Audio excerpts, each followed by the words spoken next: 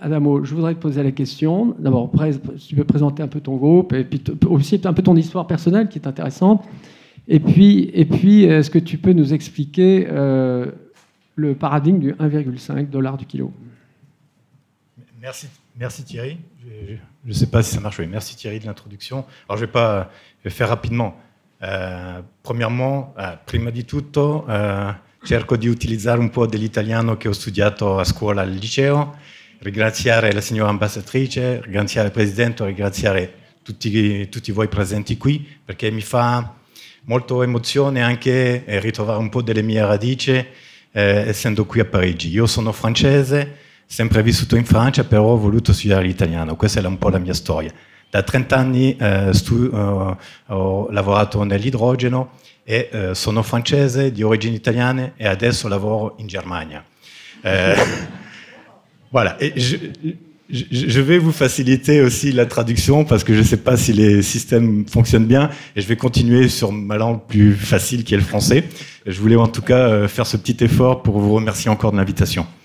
2 mots sur ThyssenKrupp, pour ceux qui ne connaissent pas, c'est 160 000 employés, 45 milliards d'euros de chiffre d'affaires.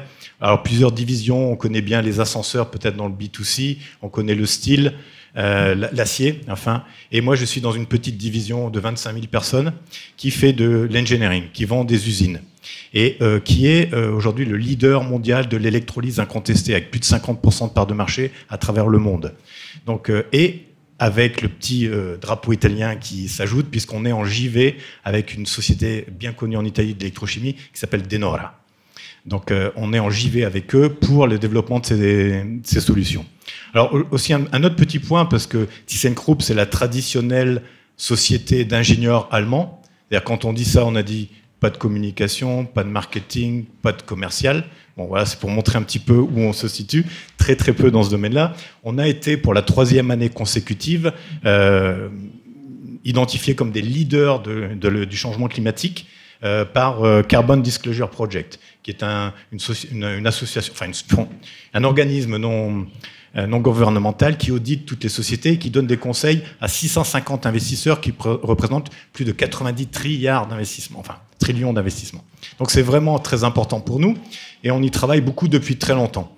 On est, je dirais, très optimiste. On a d'ailleurs issu un petit livre qui s'appelle Good News for Optimists. C'est-à-dire qu'aujourd'hui, c'est pas demain, c'est prêt.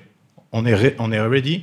On a mis en place toutes les technologies nécessaires pour décarboner très vite plusieurs pans de l'industrie. Alors il y a l'hydrogène bien sûr, mais je vais passer avant ça. On fait de l'oxyfuel, on fait des ciments. On a fait un commitment, on a fait une annonce que les usines de ThyssenKrupp seront 100% hydrogène en 2050. C'est un gros challenge.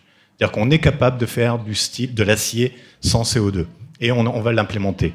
Mais l'hydrogène, bien sûr, c'est quelque chose de très important, puisqu'on développe maintenant ce qu'on a pensé, c'est qu'il faut réfléchir plus en silo. On voit bien l'électricité, on voit bien le gaz, on voit bien le pétrole, qui souvent avaient du mal à communiquer entre eux. Et l'hydrogène, c'est quelque chose qui va faire un lien. Et comment, grâce à l'électrolyse, qui va être la matière première pour pouvoir fabriquer ensuite de l'ammoniac, du méthanol, du gaz de synthèse. On livre des entités de méthanation à E.ON. On fait des usines d'ammoniac. On a toutes les briques qui sont prêtes aujourd'hui. Et donc, il faut juste mettre ça en musique. Voilà, c'était... Alors, je suis désolé, je te repose la question. 1,5 parce que je suis un peu têtu.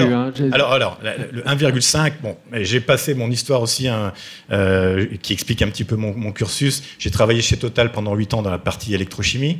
J'étais chez Air Liquide pour développer la filière hydrogène d'Air Liquide pendant 9 ans. J'ai créé ma propre société que j'ai mis en bourse en 2016. Et ThyssenKrupp m'a dit, que je connais depuis 30 ans, m'a dit, on pense que c'est le bon moment. Pourquoi c'est le bon moment ? Parce qu'aujourd'hui, les renouvelables sont là, et l'hydrogène va aider les renouvelables, et les renouvelables vont aider l'hydrogène. Alors comment faire de l'hydrogène à 1,50 € du kilo quand on est dans des grandes tailles ? Aujourd'hui, c'est comme dans tout. Dès qu'on veut faire des démonstrateurs ou des protos, et là je me bats aussi de temps en temps quand on parle de refaire encore un démo, refaire un démonstrateur, consommer un peu de notre argent et de nos impôts, des fois ça me fait bouillonner parce que la technologie, elle existe.